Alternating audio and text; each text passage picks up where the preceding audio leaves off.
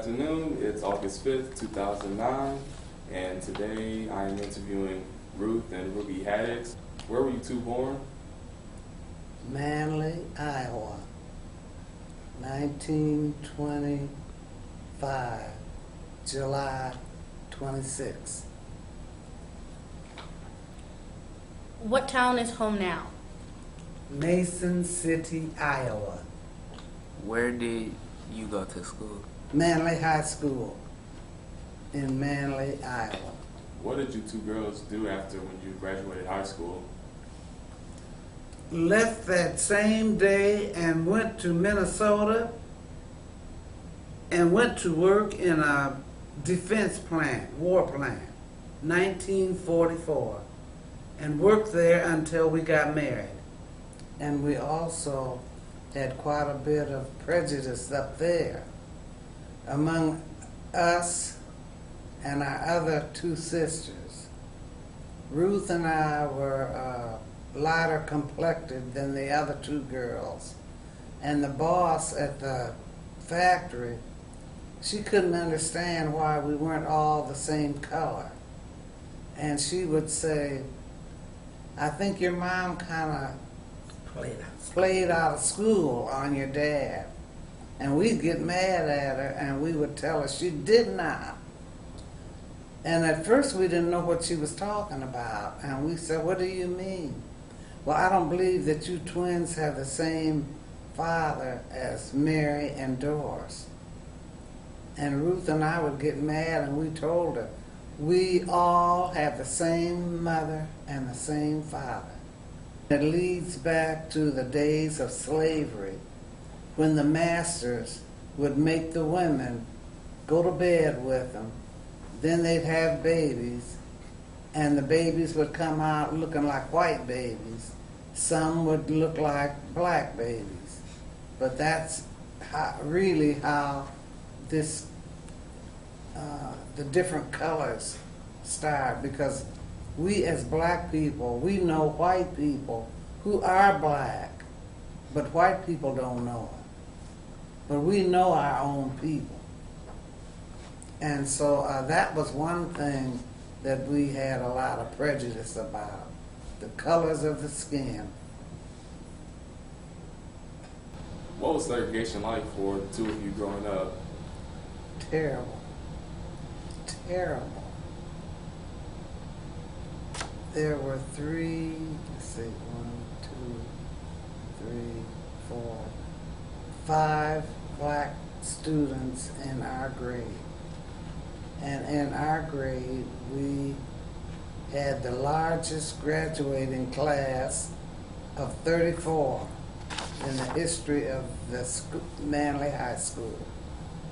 And you always, we say, take the back seat or pushed to the back of the class, whatever. If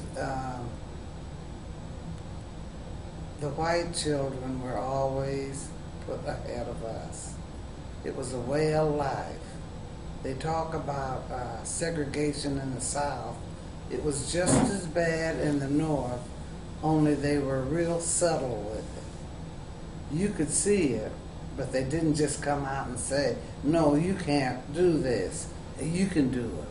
But you knew where your place was, what you could do and what you couldn't. So it was just as bad as in the South, only we didn't have to get off the sidewalks to let the white people pass. And we didn't have to say, yes, ma'am, and no, sir, to them. But it was terrible. And for our junior and senior prom, we had the prom, the banquet, junior and senior banquet, and the prom. The banquet was at the hotel, and we were allowed to go with our white classmates. But the prom was at the famous Surf Ballroom in Clear Lake, Iowa, and they did not allow blacks at the surf. So we had to go to the banquet in our formals, all dressed up with our corsages, and then some of them brought us home. And we were through, and they went to the banquet. And I really resented that to this day, and I shouldn't to this day, but I do. And, We al- did. Go on. And also, we weren't allowed to take escorts. We just had to go girls with nobody, because you had to pick someone who went to the manly school to go with you. And there was only one boy, one black boy, because the other one quit and went to the services. And he was our cousin. Now, how would you like to go to a prom with a cousin? So we didn't go to the dance because they wouldn't let us in. And we didn't even have a boyfriend to go to the banquet with us. So it was pretty tough. Have you been involved in any civil rights organizations?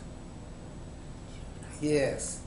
We had a NAACP branch in Mason City, which is 10 miles south of Manly. And we had a strong one for a long time. And it was quite a while after Martin Luther King died, that the program kind of disintegrated, because when the black children graduate from high school, there was nothing in Manly or Mason City for them. You couldn't teach there, and all you could do would be stock girl or elevator girl, or clean homes for other people. So they would leave, and so the black population, in those days it was Negro or colored, they would leave and go to big cities to work.